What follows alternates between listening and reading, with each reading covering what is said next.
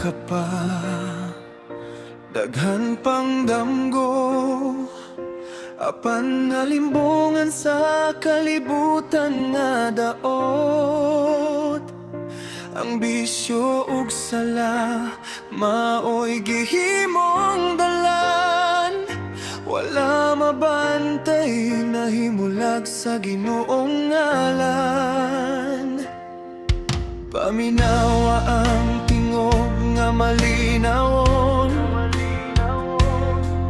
nagtawag kanimo uban sa gugma nga tinuod. Ayaw pasagdi ang kahigayunan, kay ang Ginoo naghulat gihapon.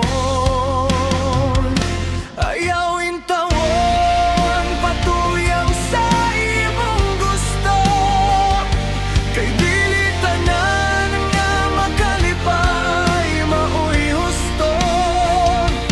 Ang kalibutan mo labay ra sa kadali, apan ang saad sa Dios walay pagkapildi.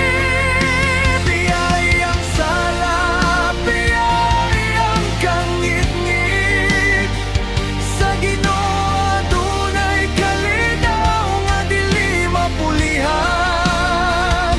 Balik na karon, ayaw na paglangan, kay ang imong kinabuhi pililhon sa Dios Amahan.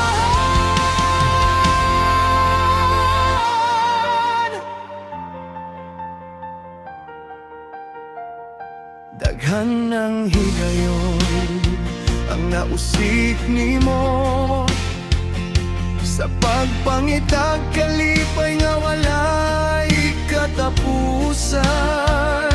Apan sa matag luha ug kasakit nga imong gibati, ang Ginoo nagpaabot nga modawat ka kanya. Kon mobati ka nga wala na'y paglaom, ang krus nagpahinumdom sa dakong pagigugma. Bisan nun sa pakadako sa imong sayo, ang grasya sa Dios igo aron makapasaylo.